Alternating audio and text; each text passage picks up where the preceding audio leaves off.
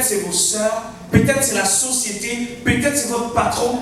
Quelqu'un vous empêche de réaliser ce que vous voulez. Vous avez des obstacles, vous n'avez pas les moyens financiers, vous avez des idées, vous ne savez pas comment faire. Mais face à cette situation, quelle est l'attitude et l'aptitude à avoir pour surmonter cette difficulté? La première chose, comme elle, puisque nous nous basons de l'histoire de quelqu'un qui a déjà écrit quelque chose qui est en train d'évoluer, c'est de faire comme elle. 1. Trouvez-vous quelque chose que vous aimez. Est-ce que où vous êtes bloqué aujourd'hui?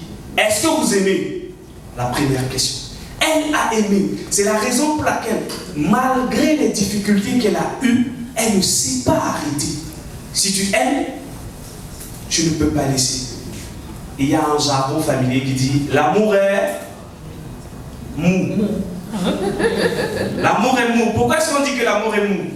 Parce que quelles qu'en soient les turpitudes dans cette relation, on tient ferme et on espère que demain sera meilleur. La première chose à faire, c'est d'aimer. 2. La deuxième chose à faire, c'est comment puis-je faire pour y arriver? Se fixer un objectif. Est-ce que vous avez des objectifs dans votre vie? C'est facile de dire oui, j'ai des objectifs. Si j'interroge 2-3 personnes ici, ils diront facilement oui, j'ai des objectifs. Mais si on lui pose réellement la question de savoir quels sont ces objectifs, ils diront forcément je veux devenir riche, je veux avoir des belles maisons, je veux avoir une belle femme, je veux avoir ceci. Ça, c'est ça les objectifs.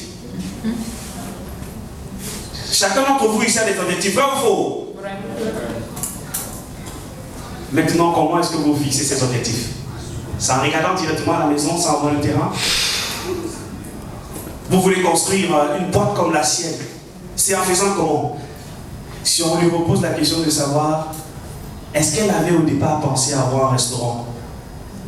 Elle vous dira forcément oui.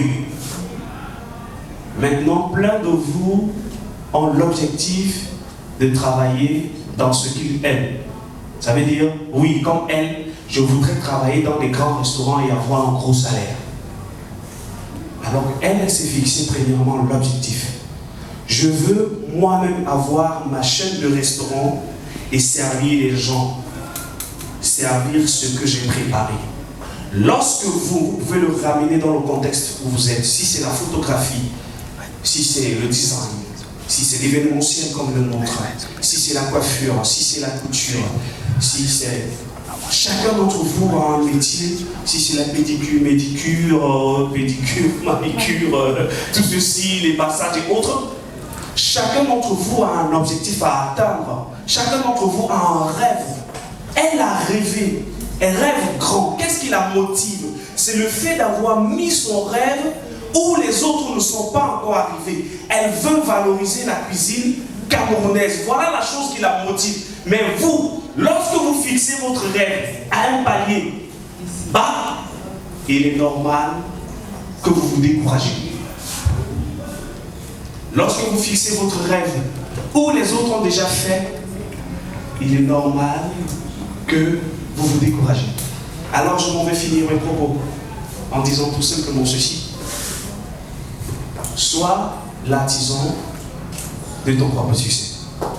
Elle a dit qu'elle a compté sur elle et sur elle. Alors si tu veux réussir, commence aujourd'hui à compter sur toi et sur toi. Clame très fort pour vous.